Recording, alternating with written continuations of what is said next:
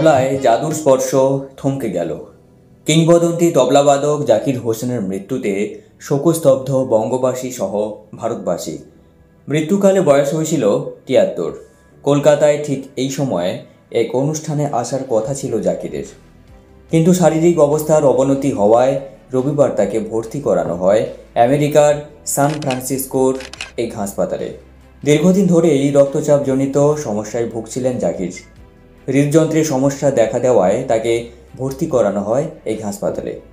জাকিরের শারীরিক পরিস্থিতির অবনতির খবর পেয়ে দেশে বিদেশে ছড়িয়ে থাকা অনুরাগীরা তার সুস্থতা কামনায় প্রার্থনা শুরু করেন, কিন্তু সেই সব প্রার্থনাকে ব্যর্থ করে দিয়ে শেষ নিঃশ্বাস ত্যাগ করলেন তিনি।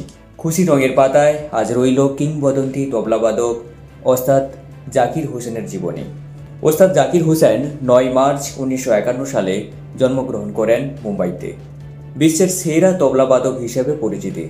তার পিতা ওস্তাদ আল্লাহ রাখাও ছিলেন প্রখ্যাত তবলাবাদক।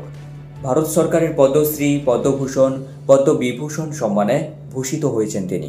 মাত্র ৩ বছর বয়স থেকেই তবলার সফর শুরু তার। ৭ বছর বয়স থেকে মঞ্চে একক অনুষ্ঠান করেছেন তিনি।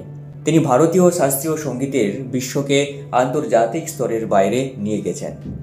ওস্তাদ জাকির হোসেন বিশ্বব্যাপী সঙ্গীত কিংবদন্তিদের সাথে সহযোগিতা করেছেন।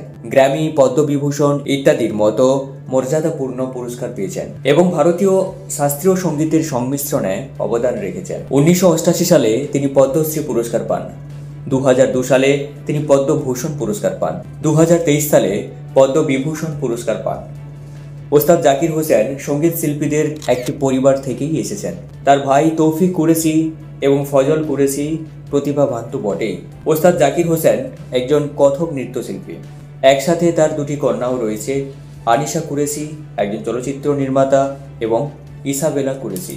ওস্তাদ জাকির হোসেন মহিমের সেন্ট মাইকেল হাই স্কুলে পড়াশোনা করতেন এবং পরে মুম্বাইয়ে সেন্ট জেভিয়ার্স কলেজ থেকে স্নাতক হন।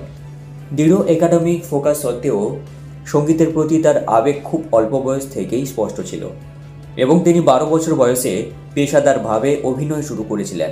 তার পিতার পরামর্শের অধীনে হোসেন তবলা আয়ত্ত করেন এবং আন্তর্জাতিক খ্যাতির দিকে তার যাত্রা শুরু করেন।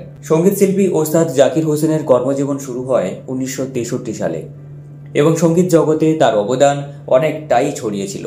তিনি শাস্ত্রীয় ভারতীয় সঙ্গীত এবং ফিউশন ঘরানার উভয় ক্ষেত্রেই তার কাজের জন্য সুপরিচিত হয়েছিলেন, যা তাকে আবার বিশ্ব শিল্পীদের সাথে সহযোগিতায় নিয়ে আসে। ২০২৪ সালে জাকিরের হাত ধরেই ভারতে আসে গ্র্যামি পুরস্কার। বেস্ট গ্লোবাল মিউজিক অ্যালবাম হিসেবে পুরস্কৃত হয় ভারতীয় ব্যান্ড শক্তির গানের অ্যালবাম দিস মুভমেন্ট। বর্তমানে শক্তি ব্যান্ডের প্রধান কণ্ঠশিল্পী শঙ্কর মহাদেবন।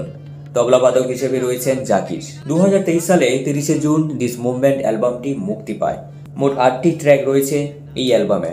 ওস্তাদ জাকির হোসেনের তবলায় সঙ্গত করেছেন পণ্ডিত রবিশঙ্কর, উস্তাদ আমজাদ আলী, আরও অনেকে। গোটা খুশির রং পরিবারের পক্ষ থেকে বিনম্র শ্রদ্ধা জানাই ওস্তাদ জাকির হোসেনকে। আরও এইরকম ভিডিও দেখতে আজই সাবস্ক্রাইব করুন আমাদের চ্যানেল খুশির রং।